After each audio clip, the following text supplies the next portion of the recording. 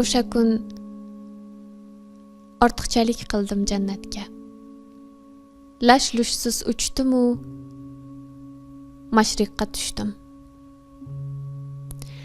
40 yillik firoqda jonim uvushdi.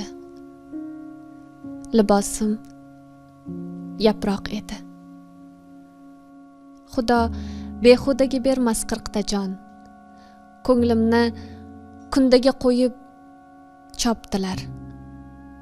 Chopqilar gulladi, chopqilar sotdilar. Qadrimga dunyo topdilar. Dunyosi quroq edi. Bir kun ostonadan haydaldi onam. Vazifasini yanglish uqqani, o'g'il emas, meni tuqqani uchun. Vaholanki ularga mehrim o'g'ildan ko'proq edi. Boshqa hayotimda ochiq qabrga qo'g'irchog'im bilan ko'mdilar. O'ylardim, haliyam men bilan birga berkinmachoq o'ynayapti ular. Nega haligacha topisha olmadi? Qo'rqardim.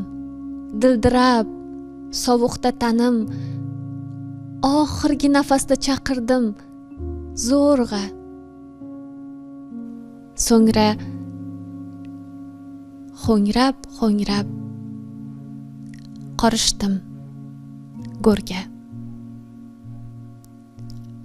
Asosim tuproq edi.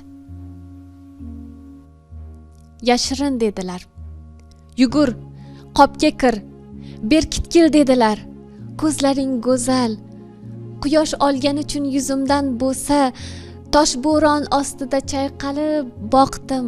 Go'yo ilma teshik meshdan may kabi oqdim.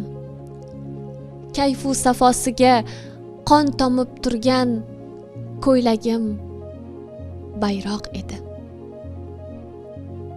O'z uyi bo'lmagan hech vaqt ayolning. Otasi, bolasi, erining uyi. Avomning umrida eng oliy o'yi ayoldan qutulishday jirkanch ozodlik. Bu erk chin qamoq edi. Odamzod g'ajir o'z qovurg'asini ishlashga qo'ymaydi, tishlashga qo'ymas. Minnatga yo'yar-u sunnatga yo'ymas. Men tuqqan olomon hurkiti o'zimdan. Naqadar qo'rqoq edi. Tomog'imdan o'tgan har tomchi suvda raqamlar aks etar. Hisobin jamlab, so'ng qorishib ketar obidiydamla. Shunchaki malolim kelmasin hech kimga dedim. Uvolim kelmasin hech kimga dedim. Niyatim top-toza avlod o'stirish. Umidim buroq edi. Biroq endi jannat oyog'imning ostidaligi boshidan so'roq edi.